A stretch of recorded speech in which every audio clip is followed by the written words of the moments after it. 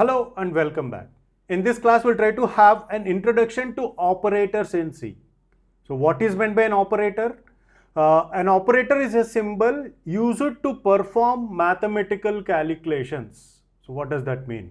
So as we are familiar with this.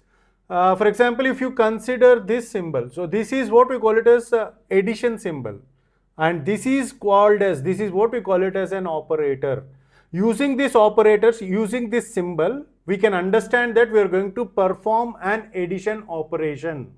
So the mathematical calculation that we are going to perform is addition. For example, if you want to add 6 plus 2, so this symbol is going to let us know that we are going to add these two operands, these two numbers. So those are what we call it as operators. Every programming language will support a certain number of operators. C also provides certain number of very huge number of operators. So from those operators, we are going to understand the very basic operator set, which is arithmetic operators. A very simple and straightforward operators, and we are familiar with all these operators. So the operators are, this is for plus is for addition, and this is for subtraction, minus, and this is for multiplication, and this slash is for division, and this is for modulus division. Percentage symbol is for modulus division. So what is modulus division? We are going to get the reminder. Okay. So these are the arithmetic operators, and we will try to understand this concept by using an example. So we have taken this example, this program, and what this program is going to do is, it is going to add two numbers, and it is going to store the value of that summation in another variable, and we are going to get the output, and by the end we are going to print some text, and also we will try to print the output. So the result of the summation. Okay. So now here int x is equal to the first line of code, as it is getting executed line by line. Okay, what we need to do first, we have to declare all the variables that are required for us to perform the operation. So how many variables do we need? We need 3 variables. Why 3 variables? Because one is to store, these two is to store the values of 6 and 2, and this z is to store the result of the summation.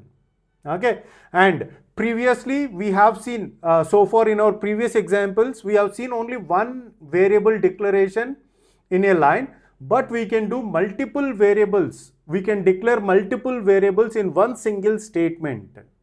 Okay, so a line which ends with a semicolon. So this entire part is what we call it as a statement in a program.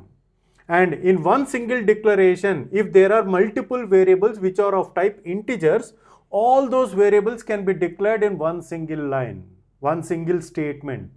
So the variable x, y and z, 3 of them are of type integers. And we have assigned the value for x and also for y, but we haven't assigned anything for z. So we'll try to understand this line of code on our memory.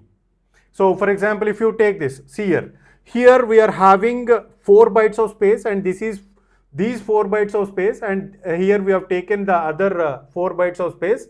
So these 4 bytes of space is for x, and these 4 bytes of space is for y, and these 4 bytes is for z.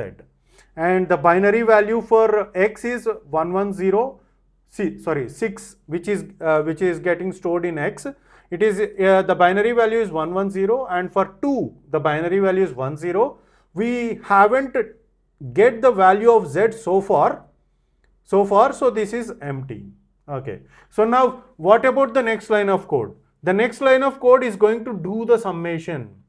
It is going to process the values in the variables. So these are the inputs for the program, and we are going to process the values in the variables. So the processing is, here in this case it is x plus y, 6 plus 2, the result is going to be 8, and that 8 will get stored in a variable z.